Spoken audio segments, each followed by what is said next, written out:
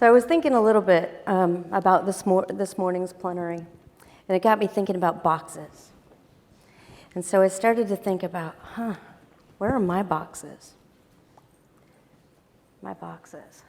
I'm American Indian Alaska Native. I'm a woman. I identify as queer, although that's not in the box, so maybe LGBTQ or whatever is there. There's an age category, although I graduated into a new category recently, so I'm going to keep that one to myself. But really, I want to tell you who I am, right? Those are the boxes. Oh, wait, I have one more box, Hispanic. Guess what that box does? It erases the fact that I'm American Indian or Alaska Native. It throws me into a mixed race category, and suddenly I'm other, right? And I think if you look at me from a data perspective, I just look like other. So who am I really? Yat e bene. My name is Esther Lucero, and I'm Dene on my mom's side. I'm Latina on my dad's side. I'm a mother. I'm a wife. And I have the privilege of serving as the president and CEO for the Seattle Indian Health Board. Right? Nothing other about that. I was born and raised in Colorado Springs, Colorado, and I'm third generation. Did you hear Colorado out there? Hey, Colorado looks good. How about any Native people out there? Do you hear about that? Yes. Suddenly I feel at home. I feel much better. Nervousness gone, right? So Colorado Springs, Colorado, and third generation of my family to live in an urban environment, meaning off-reservation. So it's actually no coincidence that I have the privilege of leading an organization like the Seattle Indian Health Board. Seattle Indian Health Board was birthed from the social justice movements of the late 1960s and early 70s. Why is that important? Because social justice arises because of inequity, right? In Seattle at that time, we had farm workers standing shoulder to shoulder with the American Indian movement, with the Black Panther Party. That is what social change looks like. We are standing together, like this panel, in solidarity, calling you all to action. Seattle Indian Health Board was championed by a group of aunties. Seattle Indian Service Commission, Seattle Indian Women's Service Commission. Essentially what they were is they were a group of aunties from intertribal backgrounds who said, just because we're now living in cities doesn't mean that the benefits you promised us due to the cessation of land should disappear. Those aunties said, you purposely moved us from our reservations, from our tribal homes, from our creation stories, from our traditional foods. You moved us into these cities. And now that we're here, you still owe us, right? Those aunties are the ones who make sure that I am here. This is why I get to be here. We've been talking a lot about inequities in the context of choice, right? But we're not talking about history. Things like historical trauma, where Dr. Maria Yellowhorse Braveheart defines historical trauma as a cumulative psychological wounding emanating from mass group trauma experiences over the lifespan across generations. Where did she define that? She studied the Jewish Holocaust, realized that generations later, people were still experiencing symptoms of trauma. And she said, guess what? That sounds a lot like us Native people, right? Calculated efforts towards genocide or assimilation. And that is why 76% of us now live in cities. Seattle Indian Health Board is an interesting organization because we have a public health authority. We operate one of 12 tribal epidemiology centers in the nation. And it's the only one that has a national scope because we serve all of the 41 urban programs across the country. It's called our Urban Indian Health Institute. Probably best known for our report on missing and murdered Indigenous women. How many people have heard of that? Do you know that it resulted in 17 changes in legislation across the state? Influenced VAWA. We were able to insert language into the Not Invisible Act. That's what equity looks like, meaningful change. So we're also established as a public health authority, meaning that we should have access to data like the CDC does, or states or county systems. You think that's honored? What do we know about promises to American Indians, Alaska Natives? Come on, I want to hear louder than that. Not good. Yes. So that promise we fight for every single day, right? We also are part of the Indian Health Service system. So healthcare was one of the benefits that was promised as part of the fiduciary obligation. The overall ITU system of care is what it's called. The I stands for IHS Direct Hospitals. The T stands for Tribal 638s. That means that tribes have actually taken authority over their healthcare delivery systems. And the U is what we are, Urban Indian Health Programs. Why is this important? Because when you all work with tribal communities, you have to recognize that we're not just an ethnic identity. We're not just a race. We are a political entity. Tribes as sovereign nations have the authority of what happens in our communities. And we, as Urban Indian Health Programs, are an extension of that tribal sovereignty through healthcare delivery systems. I say that because I want you to treat us that way, right? Treat us that way. This is what it looks like for us. Everything we do at the Seattle Indian Health Board is for the love of Native people. We center ourselves on our relatives, whether it be the relatives that we serve in our clinic every day, right? As an Urban Indian Health Organization at a federally qualified health center, or if it's through our public health work and our advocacy work that serves on a national level. So I just said this, but I'd like you to look at these beautiful faces. This is what we look like, right? We have multiple generations now living in urban areas. And yes, we're mixed race. Yeah, we're queer. We're a little bit wily and weird. Quite fun. And I'll tell you, we know what's best for us. So when I hear conversations about equity and focus groups and blah, blah, blah, I always say, you know what? We don't need you to serve us. What we need you to do is we need you to share the resources so that we can serve ourselves.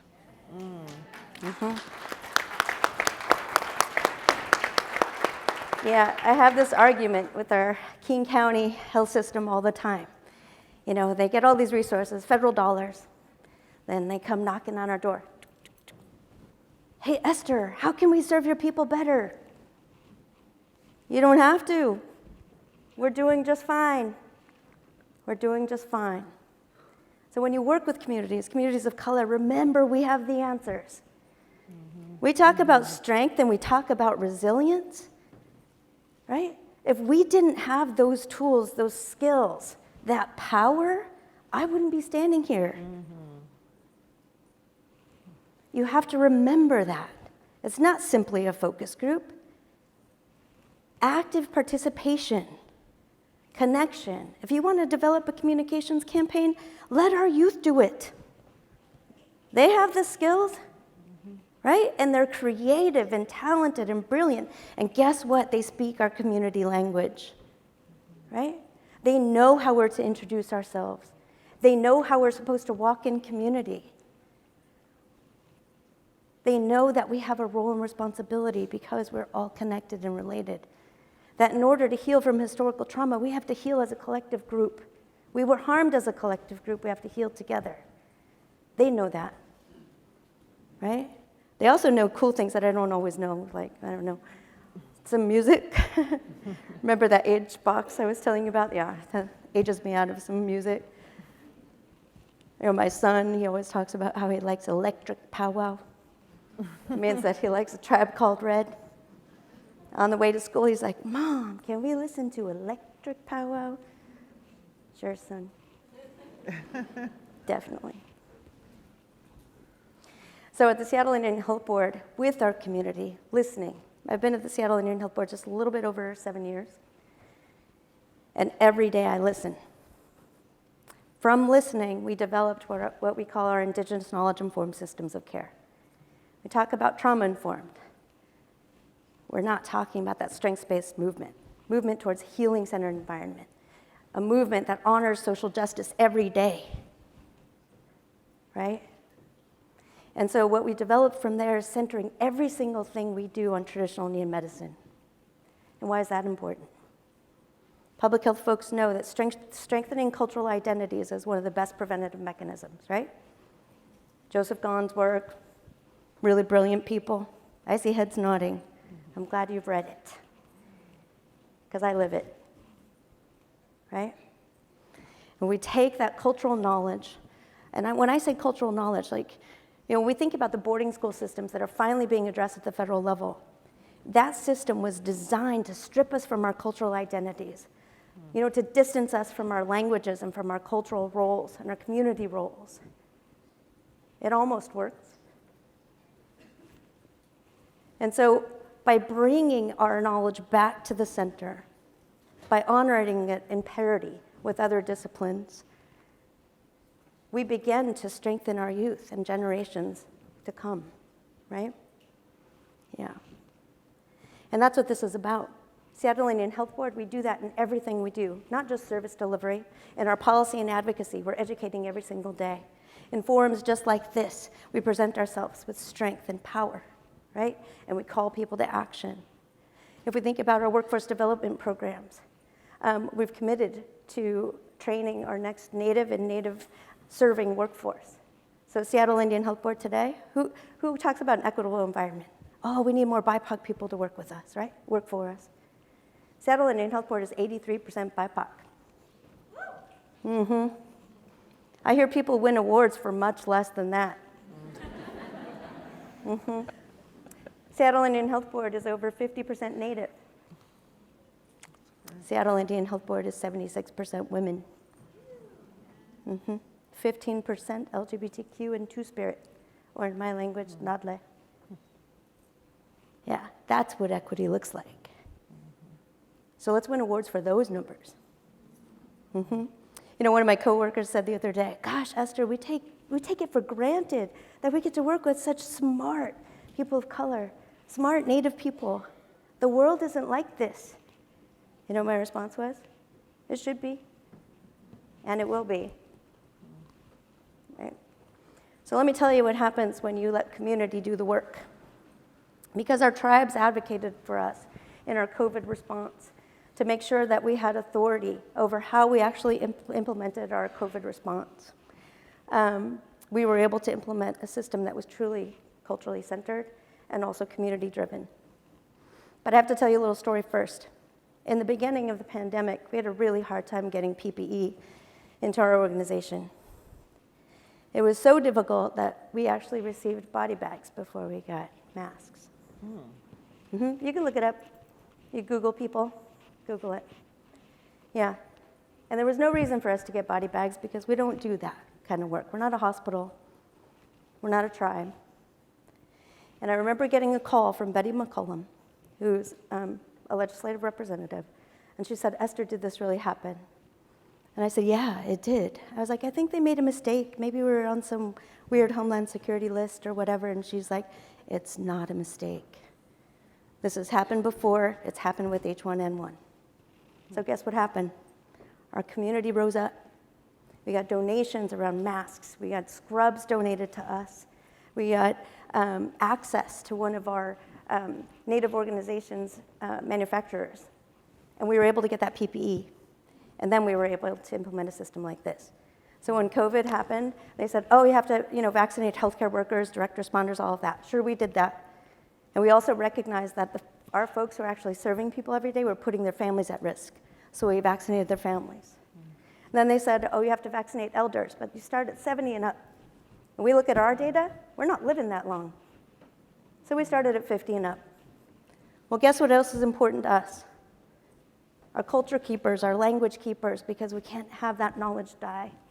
So we vaccinated them next. And then we looked at our continuum of care. And anybody who's serving Native people in our area, we vaccinated them and their families.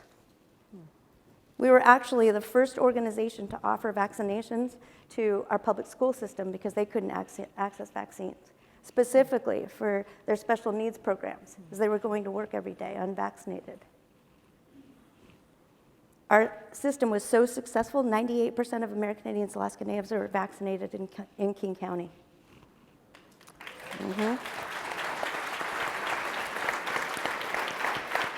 And our state system asked hospitals to vaccinate their community partners as well. They adapted to follow us. That's what happens when you empower a community to do it their way. This is what it looks like from a service delivery perspective, right?